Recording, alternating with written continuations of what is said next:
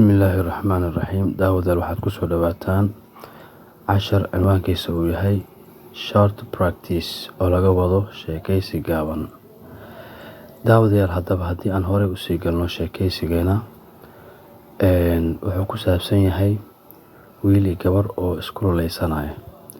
Marka ugu horeysa gabadhu waxay leedahay why are you standing in front of me? Maxaad horteeda u taagan tahay?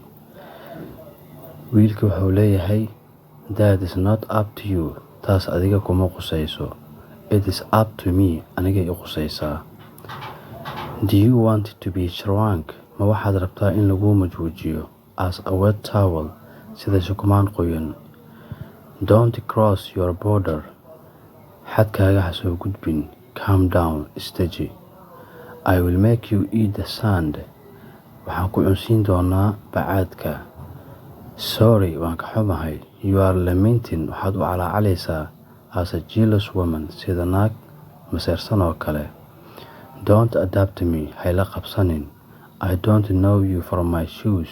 Kabeyga kaama aqaano. I don't talk to. Aniga lama hadlo. A dancing girl. Gabar dhowcilah like you sida adigoo kale.